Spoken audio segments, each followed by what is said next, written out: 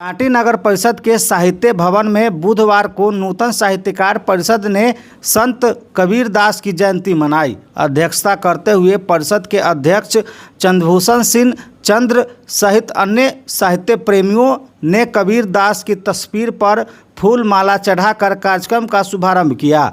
कार्यक्रम का संचालन राकेश कुमार ने की। चंद्रभूषण सिंह चंद्र ने कहा कि कबीर मानवतावाद के पोषक सरल बेबाक जन कवि हैं। सेवानिवृत्त डीओ परशुराम सिंह ने कहा कि कबीरदास दिखावटी धार्मिक क्रियाकलापों की घोर विरोधी थे। मौके पर नंदकिशोर ठाकुर, संजय कुमार कुशवाहा, रमेश महतो, नीरज शर्मा, महेश कुमार, अमित कुमार उपस्थित थे। आज कबीरदास की जयंती है। कबीर एक ऐसा नाम है जिस नाम को सुनने के बाद मन में एक पवित्र भावना का उदय होता है। कबीर का अर्थ होता है महान, लेकिन ये अक्षर थे, प्रखर थे, मस्त मौला थे और सत्य बोलने के लिए, ये सत्य बोलना किसी भी जगह कोई भी ऐसी बात हो, वे सत्य बोलने से नहीं चूकते थे। सच पूछिए तो कबीर एक ऐसे चौराहे पर खड़े थे जिस ओर से एक तरफ से हिंदुत्व निकल रहा था तो दूसरे ओर से मुसलमानत्व निकल रहा था। और ऐसे चौराहे पर एकदम बैलेंस होकर इनने मुसलमानों को भी कहा कि काकर पाथर चुन के मस्जिद लिया बनाए, तापर मोल्ला बाग दे है हुआ खुदा। हिंदुओं को कहा कि ये क्या कहते हैं कि पाहन पूजा हरि मिले तो मैं पूजू पहाड़, कहते तो चक्की बजे जो पीस का है संसार। और इतना दुत्कारा उनको। ये मूर्ति पूजा के विरोधी थे, मूर्ति पूजा ये नहीं मानते थे। अभी हमारे मित्रों ने एक कहानी कही, उस कहानी को मैं पूरा दोहराना चाह रहा हूँ कि कबीरदास एक बकरी रखते थे, इनकी बकरी मंदिर में चली गई। ये बकरी चली गई, वहाँ से पुजारी आया और पुजारी ने इनको उलाहना दिया कि कबीरदास जी आपकी बकरी जो है मंदिर में चली जाती है। कहा कि जानवर है बेचारी, चली जाती होगी, मैं तो कभी नहीं जाता।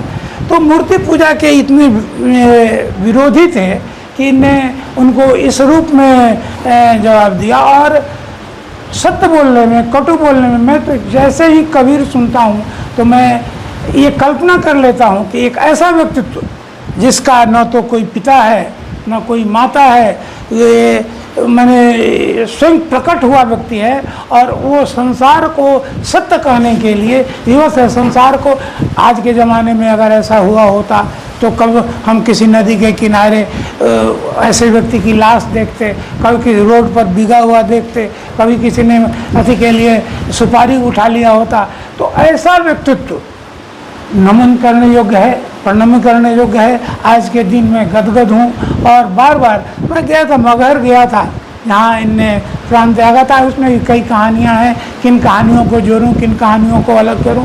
ये जब बूढ़ा हो गए 120 बरस के, तो एक आदमी आया और आदमी घोड़े के पूँछ के तरफ चढ़ा था, पूँछ के तरफ मुँह किए हुए थे। इनने पूछा कि भाई घोड़े पर ऐसे ही चढ़ा जाता है क्या? तो इन्होंने कहा कि बाबा मुझे चढ़ने नहीं आता, मुझे बता दीजिए। और इनको घोड़ा पर बैठा दिया, सीधे वो घोड़ा उठाया और जाके मगहर में पटक दिया। सामान्यतः देहात में लोग कहते हैं कि ज़िंदगी भर सिमरन काशी, मरे के बेरी उसरवासी।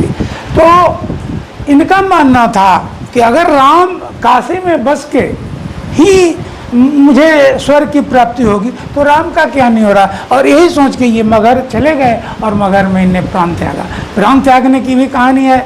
प्राण त्यागने की भी कहानी है कि ये जब मरे तो हिंदू ने ये सोचा कि हम ये इनको जलाएंगे, मुसलमान ने सोचा कि हम दफनाएंगे। और इसी क्रम में दोनों में झगड़ा हुआ। चादर की खींचा, चादर कहिए या उसको यदि कहिए, उसके खींचा ये कफन, उसके घींचा तीरी हुई और उसमें नीचे कबीर का लाश कहीं नहीं था, फूल था। आधा को हिंदुओं ने जला दिया, आधा को मुसलमानों ने दफना दिया। और वही जगह है मगहर जहाँ हम जाते हैं तो बार बार हमको इनकी याद आती रहती है और इस पवित्र आत्मा को बार बार नमन करने की इच्छा होती है। क्या जो है सम्मान समारोह भी रखा गया था सर उसको? कबीर मेरे आइकॉन हैं और उन्हीं उसी क्रम में मैंने अपने प्रत्येक प्रतिभागियों को एक प्रतीक चिन्ह के रूप में कबीरदास की एक मूर्ति दिया, जिसके पीछे कि ये लोग कबीर को याद करें। याद करना सिर्फ नहीं है, इनके उन बातों को याद करें जिनने इन्हें समाज के अति के लिए, उत्थान के लिए दिया था। इसीलिए वो प्रतीक चिन्ह आज हमने अपने तमाम प्रतिभागियों को दिया है। पहले तो इच्छा थी कि भाई पत्रकार लोगों को सम्मानित करें या ऐसे कुछ व्यवधान आ गया इस क्रम में, तो आज हमने प्रतीक चिन्ह दिया है। अगली बार फिर कुछ दूसरे रूप में हम लोग आपके समक्ष प्रस्तुत होंगे। सब्सक्राइब करें हमारा चैनल प्रकाश न्यूज़ लाइव और दबाए बेल आइकन हमारे खबर सबसे पहले देखने के लिए।